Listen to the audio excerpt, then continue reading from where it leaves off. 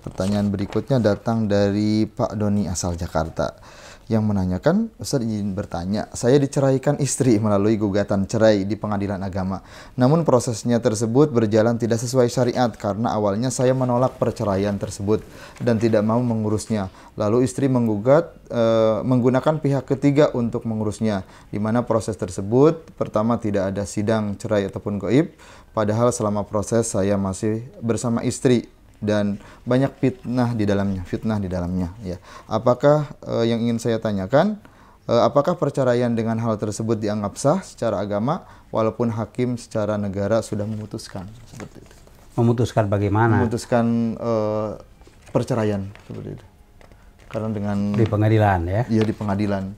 Karena dengan ada fitnah-fitnah yang disampaikan dengan saksi-saksi yang tidak benar seperti itu. Ya, sebagaimana nikah itu adalah wilayah atau otoritasnya wali. Atau kata wali, saya nikahkan kamu dengan putri saya ini, ya kan? Tinggal kabul, jadi udah kan? Nah, kalau talak itu otoritasnya suami. Iya, suka atau tidak suka, kamu saya cerai. 1 atau 2 atau 3. Nah, jadi, walaupun kayak kerepengan istilahnya, ya jadi, iya kan? Dan tadi harus dengan kalimat yang sorihah. Iya. Kalau kinayah itu tadi, ya apalagi tidak ada kaitannya, perlu diskusi itu apa ya belum, ya kan. Kalau kinayah ya harus tanyakan niat kamu bagaimana nih, ya kan. Ya gitu, niat kamu bagaimana. Ya. Penting niat itu, sahnya amal itu bin niat, itu kan. Nah, ini soal digugat. Kalau digugat cerai itu bisa saja kasus ya, artinya pihak istri tidak senang, kan begitu, karena ya syarat-syarat perjanjian waktu nikah itu dianggap dikhianati misalnya, kan itu ya kan. Lalu hak-hak istri itu tidak dipenuhi, dan itu sudah dirumuskan ya dalam namanya segat ta'liq. Bahkan waktu selesai akad itu ditawarkan, mau baca segat ta'liq enggak kepada istrinya? Oh ya mau. Ada berapa poin tuh segat ta'liq? Apabila ya 1, 2, 3 ya kan, itu dan istri saya menyatakan ya tidak ridho, tidak suka, begitu kan, lalu membayar uang pengganti atau iwad, ya kan, tentu melalui proses ya kan, maka jatuh talak saya kepadanya 1, ya kan, itu. Nah, ini apa ini? Dan itu tetap karena yang mempunyai otoritas talak itu suami. Jadi bukan pengadilan saya ceraikan kamu, enggak. Jadi ya udah, ini sudah cukup persyaratannya, silahkan jatuhkan 1 talak, begitu ya. Lalu si suami mengucapkan. Ada lagi yang namanya tafriq. Tafriq itu memisahkan secara suka atau tidak suka, dipaksa karena konflik, gitu kan. Karena konflik lah, setelah udah kita rundingan, namanya arbitrase kita kan ya, nggak cocok. Ada di Al-Quran itu kalau dua belah pihak tuh nggak cocok, ya udah, daripada berantem memperluas konflik kepada konflik keluarga, dah utuslah orang-orang yang dewasa, yang sepuh dari pihak suami, dari yang sepuh dari pihak istri, gimana ini anak-anak ini gimana, yurida islahan, kalau kedua belah pihak ini ya masih punya harapan ini bisa baik ini, Allah berikan taufiki wa fikillah bainahuma, begitu. Ya melalui tim arbitrase ini.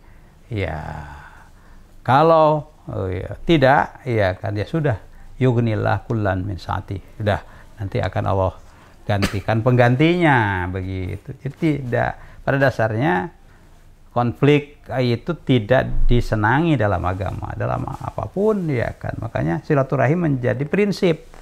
Ya, yang melukai silaturahim apalagi sampai konflik begitu, asalnya ini kata-kata senang, cinta, tapi ujungnya konflik, itu tidak disenangi dalam agama, harus dihindari. Kalau terjadi ya harus diselesaikan. penyelesaiannya ya ima talak dari suami ya kan udah, atau ya kan khulu dengan membayar apa namanya pengajuan dari pihak istri karena tadi ada poin-poin yang tidak dipenuhi, ya udah itu apa namanya komplain atau klaim kamu, tapi mana poinnya? Disinilah tentu dilaporkan ke pihak KUA, KUA membantu. Oh iya. KDRT misalnya karena lagi agak musim nih kan, apa-apa KDRT ya mungkin dicubit sedikit juga KDRT lalu diviralkan kan begitu ya. Lagi memang ini sekarang musim viralisasi apa saja ya kan, kemaksiatan justru yang diviralkan. Itu tidak sehat dan Allah mengancam innal ladzina yuhibbuna an tasyi'al fahishatu fil ladzina amanu lahum adzabun alim. Orang-orang yang senang memviralkan fahisyah ya, fahisyah itu ya apa namanya hubungan yang tidak baik antara suami dan istri ya, selingkuh lah apalagi sampai kepada perzinahan, itu fahisyah. Baik yang bersangkutan yang memviralkan maupun yang lainnya itu masuk ayat ini. Jadi orang-orang komunitas masyarakat yang senang memviralkan fahisyah, cerita tentang ya begitu, lahum adzabun alim. Lahum semuanya diancam dengan azab yang alim, yang pedih. Ya ini ya harus jadi pelajaran ya, kita ini mencari apa sih ya dari hidup ini, apalagi rumah tangga ini cari apa kan. Kalau ujung-ujung lahum adzabun alim, ya gara-gara viralisasi, buat apa kan begitu ya. Itu terjawab belum? Sudah masuk. Jadi ini tidak tolak, tidak apa namanya khulu, talak tebus, prosesnya juga belum ditempuh, tidak tafriq, ya karena maju lalu diputuskan oleh hakim, oh ini nggak bisa ini, udah hakim yang mentafrik, memisahkan secara paksa. Ini juga tidak, ya kan? Jadi ini baru awal-awal nih, jadi belum memasuki pilihan proses yang mana nih? Apakah talak, apakah khulu, atau apakah tafrik? Belum. Nah, selagi belum, mundur lebih bagus, ya kan? Iya. Yurida islahan kan begitu. Jadi pakai jalur ini saja arbitrase antara pihak orang tua perempuan dan pihak orang tua laki-laki, rundingan mereka yang lebih paham kan begitu, dihindarkan dari emosi dan lain-lain, sedangkan mungkin anak-anak mereka itu cepat emosian ya kan. Nah jadi saya sarankan itu pakai jalur ya al-hakamain, namanya itu arbitrase. Baik secara sukarela ya kan maupun ya melalui lembaga, dalam hal ini kantor urusan agama. Wallahu a'lam. Baik, terima kasih atas pencerahannya. Ya, pertanyaan berikutnya datang dari Mbak Dea asal Bandung. Yang menanyakan, saya sedang ada masalah hidup tentang pernikahan. Posisi saya adalah istri kedua yang tidak diketahui oleh istri pertama. Minggu ini hubungan saya diketahui oleh istri pertamanya. Terjadi kejadian yang besar dan istri pertama meminta suaminya untuk memutuskan hubungan dengan saya. Tapi posisi suami tidak menjelaskan bahwa kita sudah menikah. Saat itu posisi saya terpuruk sekali dan sedih pada saat saya sholat zuhur dalam keadaan hujan lebat dan ada petir besar. Di sujud terakhir saya berdoa memohon agar saya bisa bersama lagi dengan suami, dan pada saat saya berdoa mohon untuk diluluhkan hati istrinya, sekaligus suara petir besar terjadi. Hal itu terjadi sampai 2 kali pada saat saya memohon kepada Allah Subhanahu wa taala. Yang saya tanyakan, apakah hal tersebut terjadi hanya kebetulan saja suara petir tersebut? Apakah kejadian tersebut adalah suatu pertanda yang Allah ingin sampaikan kepada saya? Lalu apa maksud dari petir tersebut? Allah alam, ya ceritanya agak panjang, tapi ujung-ujungnya apakah kalau saya mimpi, ini mirip kan, bla bla bla bla, harus begini, apakah itu mengikat? Jadi harus diteruskan. Ini bukan mimpi, tapi doa begitu. Tadinya doa. Ya, pertama doa karena sering berdoa, lalu ada petir di situ atau apapun begitu. Apakah itu petunjuk bahwa itu adalah ya memang itu dari Allah, tapi apakah maknanya ini akan menjawab masalah. Oh harus ini. Nah, itu dalam wawasan tentang dalil-dalil hukum syara itu tidak masuk. Ya, jadi hukum syara itu ya hanya atas dalil, ya Quran atau Sunnah atau ijma para ulama. Ya, bagaimana? Tidak dikait-kaitkan nih? Iya, nggak ada. Walaupun misalnya tirakat atau istikharah, ada bayangan, yaitu hanya untuk semacam hadiah saja. Ya diberi mudah-mudahan ya apa namanya tanda baik, membantu tanda baik, tapi tidak menjadi ketentuan hukum yang mengikat, tidak ya kan. Walaupun ini ada 10 ulama besar misalnya tirakat dan istikharah hasilnya begini, itu tidak itu hanya saran saja, saran nasihat saja begitu. Bukan jadi, ketentuan syariat. Bukan ketentuan syariat. Ya demikian. Jadi ini tidak merubah status pernikahan, bahwa tadi ada luka, yaitu masing-masing tentu saja ada istri pertama sama istri kedua kan? Itu ya memang biasa karena selingkuh itu ya, tidak diketahui ujung-ujungnya istri yang kedua ingin mempertahankan. Biasa begitu ya. Jadi bukan hanya satu kasus pertama, ini akan begitu kalau modusnya begitu. Penyelesaiannya yaitu ya bisa runding langsung, ya suami istri ini ya berpikir panjang begitu, ya apalagi kalau mungkin sudah ada anak ya kan. Ya itu kalau tidak mampu ya suami istri secara berdua melibatkan tentu saja pihak pinispuh kan begitu ya.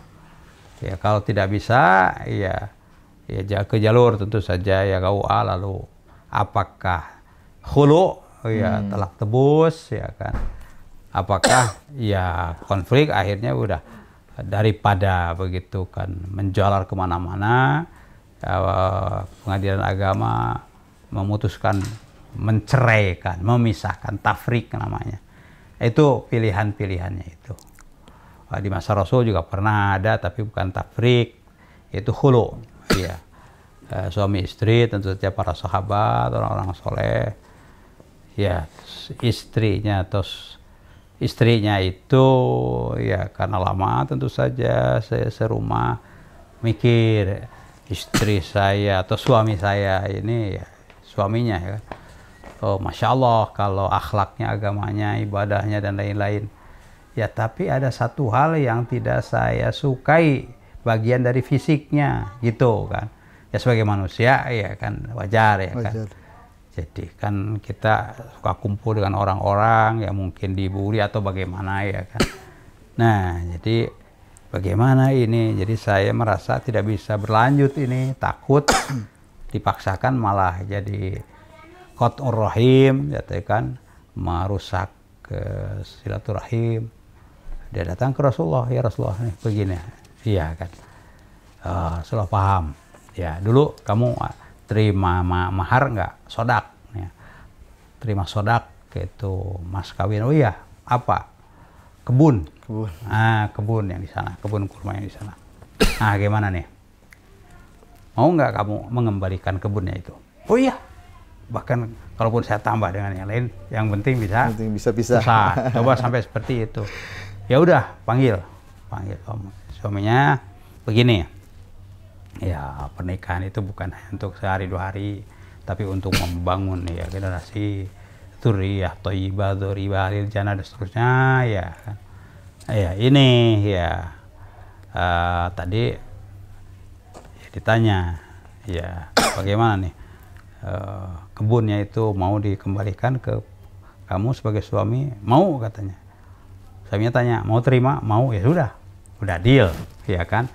Jadi dia di situ kebunnya, yang mahar itu bisa kebun, bisa uang, bisa apa ya kan. Intinya mahar itu sebagai apa satu syarat ya mengikat. Ya dikembalikan. Ya bisa sesuai pokoknya, bisa ditambah misalnya, ya tambah. Nah, baru itu namanya khulu. Ya. Dan suaminya yang menceraikan, bukan Rasul SAW. Ya, padahal Rasul ya kan udah aku ceraikan saja, kamu enggak.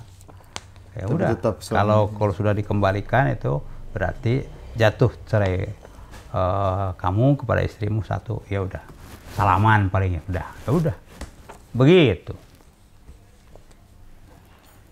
Baik, terima kasih atas penjelasannya.